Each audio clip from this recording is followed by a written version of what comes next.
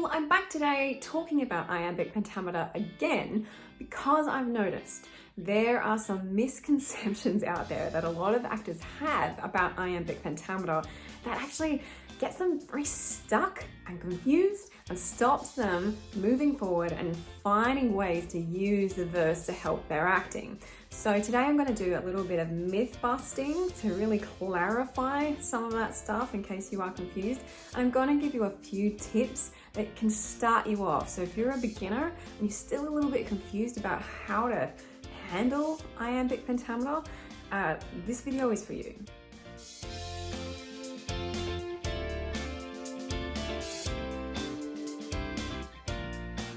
Right, so the biggest misconception that I get when it comes to iambic pentameter is that it's something that you do, where you can choose to do or not do. So for example, people will come to me and say, do you want me to do this in iambic pentameter? Or they'll say, I'm trying to do it in iambic pentameter, but I'm not sure if it's working. That's not really a thing. Basically, iambic pentameter is either there or it's not. So a piece of poetry or a monologue is either in iambic pentameter or it isn't. I'm going to use a musical analogy here because it's the easiest way to understand, and also we'll kind of use it later when I come to giving you some tips. So if you're musical, this will be easy, and if you're not, I think you'll still follow along okay. So imagine that you're a musician in an orchestra and you've been given a piece of music and it's in a 3/4 time signature. And you look at the music and then you say to the conductor, do you want me to do this in 3/4? And the conductor's gonna be like, yes, but also what? It's not a really good question for what you're actually asking. You may be asking, what do you want me to do with the rhythm? Or do you want it to feel a certain way? That's really what's at the kind of basis of this. And that's what we need to understand about iambic pentameter too. We know when it comes to music that it has kind of particular rules about different time signatures. So a 3/4 time signature is going to have 3 beats in a bar, for example. And it might feel a bit like this. Da, da, da, da, da, da, da, that kind of thing. And iambic pentameter is kind of the same. We know it has 5 beats in a line, a bar, and it's kind of divided into 2 parts per beat, and it feels a bit like this. Dee-dum, dee-dum, dee-dum, dee-dum, dee-dum. But just like there's pretty much no waltz out there that's going to sound like da da da da da da da da da the whole way through, it's the same with iambic pentameter. It doesn't sound like dee-dum, dee-dum, dee-dum, dee-dum, dee-dum the whole way through. And it's not your job to make it do that. Instead, what you want to do is look at where it doesn't really feel like that rhythm and where those patterns are broken. So essentially you're making your own kind of musical score. Sadly, Shakespeare didn't give us a whole written, guideline to how he wanted all the rhythms to sound. All he gave us was some pretty good clues, and the clues are in how the words feel.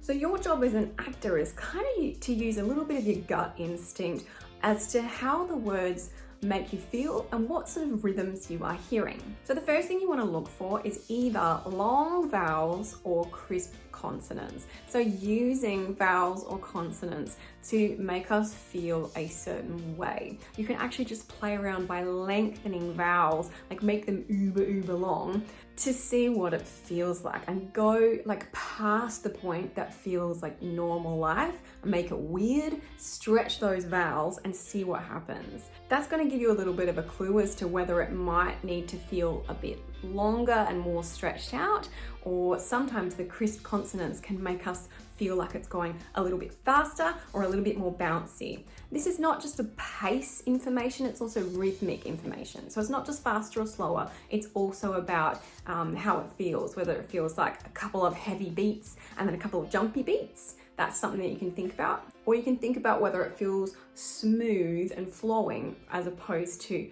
kind of jarring or clipped. All of that is information for you.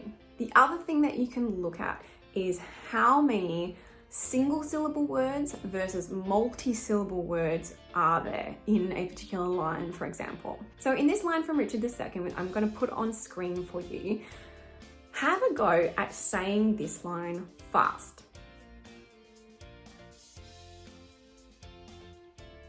Then have a go at saying this line slowly.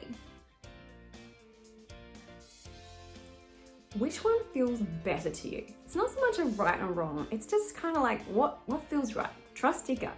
Something that you might notice is that it has a lot of single syllable words, and it's very hard to say single syllable words fast, as opposed to words that have multiple syllables in a row. So have a look at this example on screen. Have a go at saying this line on screen fast or slow, and see which one works better for you. Generally, those multi-syllable words are kind of the ones that trip off the tongue, and so you're probably going to get a little bit more pace or a little bit more flow to it.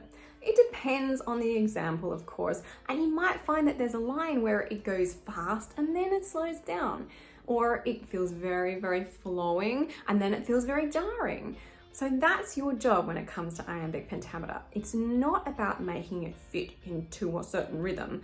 It's about figuring out what could the rhythm be within this basic kind of unit. You've got a basic version, de-dum, de-dum, de-dum, de-dum, de-dum, and then Shakespeare breaks the rules like every single time. So you're looking at how is he breaking the rules, and then the next step is thinking about why.